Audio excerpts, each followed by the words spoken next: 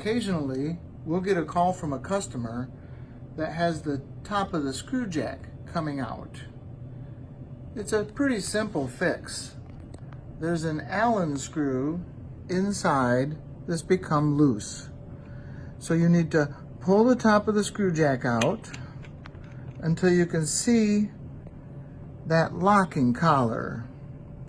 Rotate the top of the screw jack until you see the Allen set screw.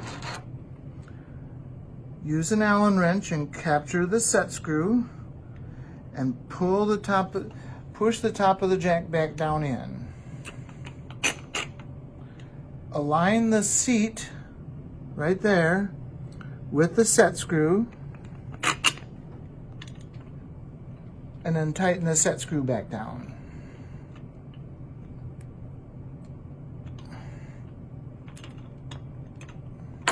And then the top won't come out anymore.